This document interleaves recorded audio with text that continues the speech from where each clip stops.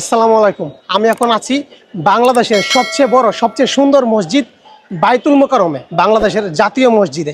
তো এই মসজিদ কিন্তু আজকে প্রথম না, আমি যখন ক্লাস 1-এ পড়ি তখন থেকে কিন্তু দেখে আসতেছি বইয়ের মধ্যে, এবং এখানেও আজকে প্রথম না, এর আগে আমার আসা হয়েছে বাইতুল মোকাররমে। সত্যি অসাধারণ, এখানে আসলে আসলে মন জুড়িয়ে যায়। বাংলাদেশের জাতীয় সম্পদ একসাথে কিন্তু দুইটা, একটা না বাইতুল মোকাররম এবং ন্যাশনাল স্টেডিয়াম বঙ্গবন্ধু স্টেডিয়াম, দুইটা কিন্তু একসাথেই বাংলাদেশের দুইটা জাতীয় সম্পদ।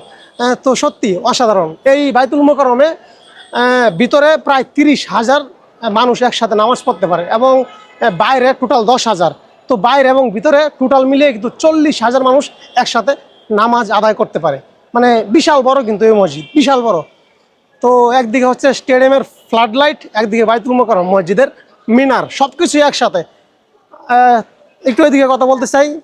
নাম কি তোমার? নাম রিয়াদ। নাম কি? রিয়াদ। রিয়াদ। আচ্ছা, তুমি কি মাদ্রাসায় পড়ো? জি। আচ্ছা, কোন মাদ্রাসায়? কোথায়? মুন্সিগঞ্জ। মুন্সিগঞ্জ। মুন্সিগঞ্জ কোথায় এটা? আলমপুর। আলমপুর। তো এখানে আজকে বাইতুল মোকাররমে, ক্যামেরা ওইদিকে নাও, ওইদিকে ক্লিয়ার হবে না। বাইতুল মোকাররমে কেন আজকে নামাজ পড়তে আসছো? জি, দেখতে আসছি। দেখতে আসছো? তুমি কি বাইতুল মোকাররমে আজকে প্রথম আসছো নাকি আরো আসছো? আসছিলাম, আরো দুইবার আসছিলাম। আর দুইবার আসছিলা? ও, তোমার কি বন্ধু ওনারা সবাই? জি। এদিকে আসো, তোমরা একটু কথা বল তোমাদের সাথে। সবাইকে একসাথে আসছো আজকে বাইতুল মোকাররমে নামাজ পড়ার জন্য? জি। আচ্ছা, আজকে প্রথম নাকি এর আগেও আসা হয়েছে?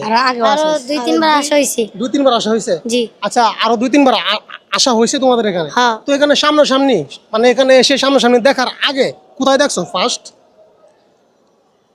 কোন বইয়ের মধ্যে দেখছো? না, দেখছি টিভিতে। আর আজকে সামনাসামনি হ্যাঁ, কেমন লাগে এখানে আসলে? ভালোই লাগে। ভালো লাগে। মানে তোমাদের মাদ্রাসার হুজুর সহ আসছো নাকি শুধু তোমরা স্টুডেন্টরা? শুধু ছাত্ররা সবাই মিলে? আচ্ছা, মাদ্রাসার নাম কোথায় বললা? আলমপুর। আলমপুর। এটা কোথায়? মুন্সিগঞ্জ। মুন্সিগঞ্জ। কোথায়? শ্রীনগর। আমি আসলে এদিকে থাকি না, তো আমি থাকি চট্টগ্রামে। আমি চট্টগ্রামে থাকি, এখানে আসছি এই জন্যেই।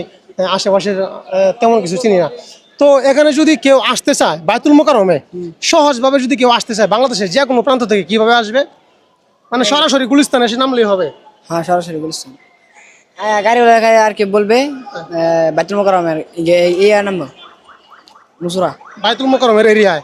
এরিয়া। আচ্ছা, বাংলাদেশের যে কোনো প্রান্ত থেকে যদি কোনো রকম গুলিস্তান আসতে পারে, গুলিস্তান আসলেই কিন্তু বাইতুল মোকাররমে আসতে পারতেছে। জি। তো সত্যি এখানে আসলে অনেক ভালো লাগে কিন্তু।